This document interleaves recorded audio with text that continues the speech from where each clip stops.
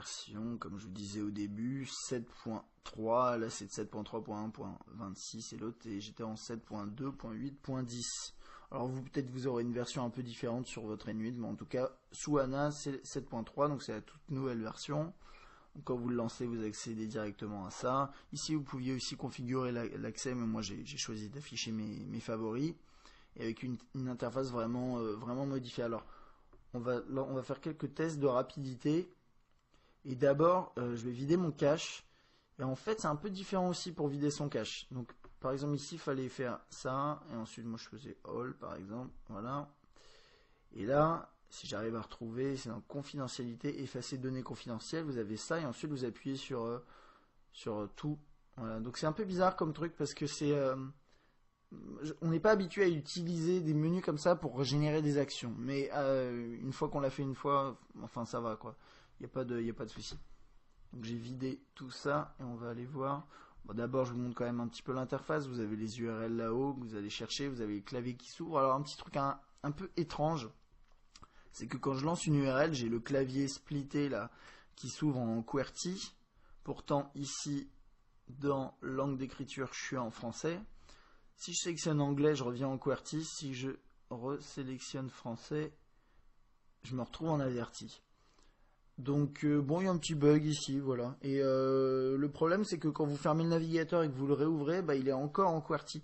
Donc ça, c'est un bug et j'espère que ce sera corrigé rapidement parce que c'est un peu pénible à vrai dire. Donc vous avez la barre de recherche là-haut quand vous commencez à taper. Donc par exemple, je vais taper test. Donc test, c'est pas une URL, mais si c'était une URL, je pourrais la lancer en appuyant sur le triangle ici. Sinon, je peux faire chercher test. Et la première fois que vous l'utilisez, il va vous demander si vous voulez choisir entre Bing et Google. Donc là, j'ai mis Google et j'ai la page qui s'ouvre comme ça. Voilà. Et que dire de plus là-dessus? Ensuite, pour le bas de l'interface, vous avez ce petit rond là que vous activez, enfin que vous appuyez, vous vous retrouvez avec ce menu là qu'on avait également. Attendez, alors hop. Je vais, voilà, qu'on avait ici. Donc on retrouve à peu près les mêmes options, Aslaprec. Ouais, elles ont l'air dans des ordres différents. Après, vous avez suite ici, puisque avant c'était dans le menu directement. Enfin bon, voilà, quelques petits trucs comme ça. Et le bouton retour ici permet de revenir en arrière et on peut le personnaliser pour qu'il affiche soit cette vue, soit qu'il fasse précédent directement. Ok, allez, on va faire un petit test de rapidité. Je sais pas si ça va être facile de faire ça, mais on va essayer. Donc on va aller sur le blog. Ah ouais, je crois que c'est bon. Ok, donc je suis connecté en Wi-Fi sur les deux. Et on va voir lequel charge plus vite. Nokia a annoncé qu'avec Symbian ANA et ce 7.3, ce navigateur web 7.3, il était 2 fois plus rapide, on va voir. Donc là, ça charge encore. Et lui a terminé. Lui, il chargeait un petit peu avant, donc il a terminé un peu plus tôt. On va regarder sur d'autres sites juste après. Alors, moi, le premier truc que j'ai constaté, vous avez vu par défaut, vous arrivez sur cette vue-là. Donc, sur l'autre, vous étiez en plein écran, plutôt, en plein écran, mais avec la petite icône en bas, donc qui permet d'ouvrir ensuite les menus, les éléments de menu.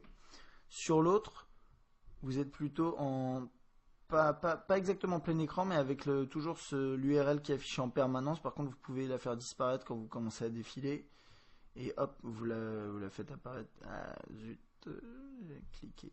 C'est pas grave.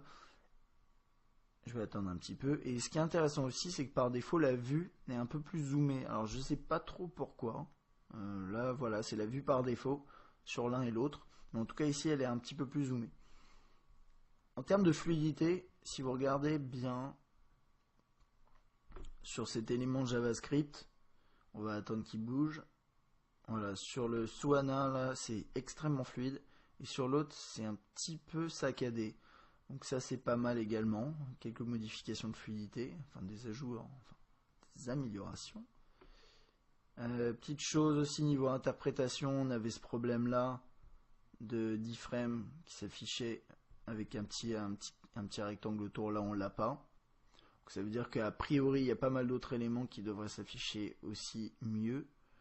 Maintenant, on va dézoomer, donc c'est fluide, mais on a toujours cet effet de damier autour, qui n'est pas forcément super agréable.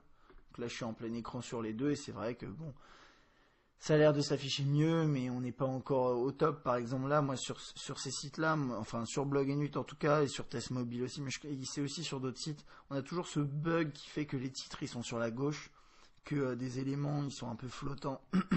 C'est un peu... c'est un peu dommage, c'est vrai que ça respecte pas exactement la mise en page telle qu'elle s'affiche normalement. Et ça, c'est pas que sur ce site-là, c'est sur d'autres sites également. Niveau fluidité, donc là j'ai dézoomé à fond. C'est à peu près fluide, il y a quand même un léger décalage. Sur celui-là, c'est un peu différent. Ça défile un peu plus vite, mais c'est parfois un peu plus saccadé. Ils ont fait quelques réglages qui sont un peu étranges. Ouais. Il faut admettre que là, je sais pas exactement lequel est plus fluide. On va aller voir d'autres sites. Donc on va aller sur Engadget. Ça a chargé a priori la version mobile. Et ouais, si c'est bon.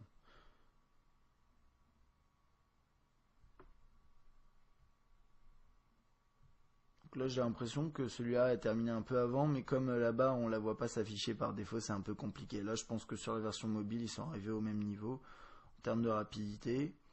Et en termes de fluidité, c'est vrai que c'est particulier, quoi. Swana, c'est un peu plus mou entre guillemets, mais pas plus rapide. Ici, c'est un peu plus rapide, mais moins fluide. Donc, mais c'est des petits détails. Et après, il y a un truc qui est vraiment bizarre sur cette version, en tout cas sur la version d'Engadget. On me propose d'avoir la version desktop, mais on me propose plus ou pas d'avoir la version desktop ici. Donc ça, je pense que le navigateur est détecté différemment.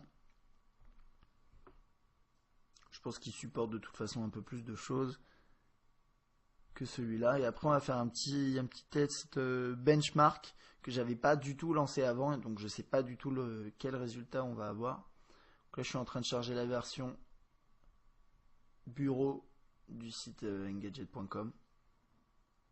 Donc là, il charge encore un petit peu, vous voyez dans la barre là. Ok, ça a l'air d'être bon. On va défiler. C'est fluide, mais c'est pas super quoi. En fait, le truc, c'est que par défaut, il s'affiche en vue à peu près comme ça. Non, un peu plus, ouais, comme ça. Du coup, les titres, là, on les lit bien. C'est super bien. Le problème, c'est que quand on dézoome, bah, il les resize pas pour s'afficher en fonction de l'écran. Et donc, c'est un petit peu dommage quand même, quoi. On peut double taper pour afficher le contenu. Double tap, ça resize le contenu. Et ça, a priori, si je me trompe pas, il me semble que c'était la même chose ici, mais là je vais pas pouvoir le voir. Mais ouais, on avait toujours système de zoom, dézoom, et là on a un resize en plus qui est quand même sympathique. Et je crois que non, je crois qu'on l'avait pas ici. Bon, vous me confirmerez ça, là j'ai un petit doute. On va faire un petit comparatif de résultats sur le benchmark qui s'appelle BrowserMark, qui est un benchmark pour navigateur web, et notamment mobile. Donc on va les lancer en même temps, on essaie en tout cas.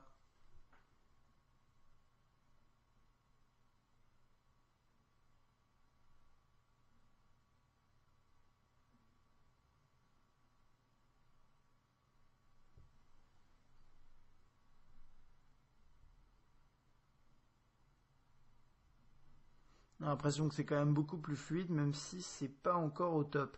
J'ai déjà vu des résultats sur ce benchmark là qui étaient un petit peu plus sympa, notamment sur des navigateurs tiers qu'on utilise sous Symbian. On va voir le résultat à la fin.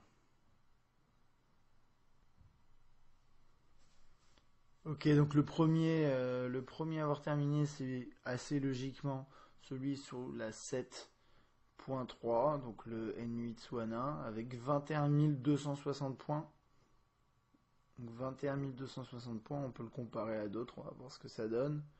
21 260 sur un iPhone 3GS, c'est 26 896, donc c'est pas top par rapport à un mobile Android comme le Nexus One, 23 726. Le Nokia N900 a vraiment un score assez bas, ce qui est assez surprenant. Et regardez la différence de score sur ce N8. Donc là, ouais, 8000, enfin, pardon, 4600. Donc, ouais, c'est pas top. Alors, à mon avis, sur celui-là, il y a peut-être le côté aussi mobile neuf, pas neuf qui joue. Mais on voit quand même que enfin, le score est vraiment, est vraiment, vraiment différent. Voilà, donc un navigateur web qui affiche des performances sur le papier et en tout cas à travers un benchmark qui sont bien meilleurs, ça c'est plutôt pas mal. Bon, vous voyez, niveau fluidité, on n'est pas encore au top. Donc, quoi qu'il en soit, là, pour conclure sur le navigateur web, il est certain que ce 7.3 est mieux que le 7.2, ok. C'est sûr, un petit peu plus fluide, un peu plus rapide, une interface plus sympathique, c'est une certitude. Maintenant, c'est certain que quand vous comparez à un browser sous iOS ou sous Android ou même sous WebOS, bah même peut-être sous BadaOS, mais là, ce serait quand même assez grave. Mais je crois que c'est même le cas. Si je me trompe pas, ouais, d'ailleurs c'est le cas. Le navigateur Symbian est vraiment à la traîne. Il reste à la traîne et même avec cette nouvelle version, on n'est pas au top et c'est presque inquiétant. On se demande si un jour on se retrouvera avec un bon navigateur web sous Symbian. Bah peut-être pas, je ne sais pas. Vous avez vu là, il a fermé un peu plus rapidement. Ok. On va terminer cette vidéo avec les emails. Donc j'ai configuré sur les deux le même compte email en Mail for Exchange. Et donc vous voyez, il y a une nouvelle interface qui a été retravaillée, qui est pas mal. Alors là vous voyez, c'est plutôt fluide. Là on avait toujours des petites saccades. Alors là j'ai pas beaucoup d'emails, mais moi je sais que sur celui-là, quand il y a beaucoup d'emails, c'est dur quoi. Là c'est quand même beaucoup plus fluide, beaucoup plus sympathique. Niveau d'interface, qu'est-ce qu'on a? On a des éléments un peu plus petits, mais toujours optimisés pour le tactile, donc ça va. On peut toujours, bien sûr, faire un tri là-haut. Toc. Par date, expéditeur, sujet, etc. Donc, par exemple, toc, je peux configurer ça. Je vais revenir par date. On peut toujours faire ça. Quand on reste appuyé sur un mail, ici, on pouvait cocher les mails de cette façon-là. Sur celui-là, ça va être différent, ça va être les petites boîtes sur le côté. C'est des petites, voilà, des petites différences comme ça, mais ça marche tout aussi bien. Hein. Ok. On va ouvrir un mail. Donc, par défaut, on a une vue un peu plus zoomée et peut-être plus optimisée du coup, avec le contenu qui est beaucoup plus lisible, alors que là, c'était pas forcément évident. Là, par défaut, j'ai sélectionné l'option qui permet de ne pas afficher les images, de ne pas les charger, mais si je la charge, elle va s'afficher comme ça. J'attends, voilà, elle s'affiche là. Et si je descends ici, je l'ai aussi également. On a le pinch to zoom également dans les deux. Petit truc que j'ai constaté qui est assez bizarre. Là, quand je dézoome, je peux plus dézoomer au bout d'un moment et l'interface est comme ça. Ici, je peux dézoomer à fond jusqu'à afficher mon mail très bizarrement. Je sais pas si c'est un bug, mais en fait, ça remet pas en forme l'interface quand vous zoomez, dézoomez. Donc, par exemple, là, je vais zoomer, c'est cool. Mais du coup j'ai un défilement latéral qui s'affiche. Là je l'ai aussi, donc ça c'est un truc qui devrait corriger d'ailleurs, mais en dézoomant ça le fait aussi. Donc ça je sais pas, c'est peut-être un petit bug qui vont corriger. Donc là je lance un autre mail, hop, qui était juste avant, bon, c'est exactement le même, etc. Voilà, et niveau interface c'est pas mal. En paysage ça donne ça, très similaire, avec des boutons un petit peu modifiés. Donc là ils ont mis l'icône, là j'ai mon icône Gmail, là j'ai juste ça, voilà, mais c'est la même chose hein, finalement. Vous pouvez envoyer un email. Et bien sûr là le petit point positif c'est qu'on a l'écran partagé. Quand je commence à écrire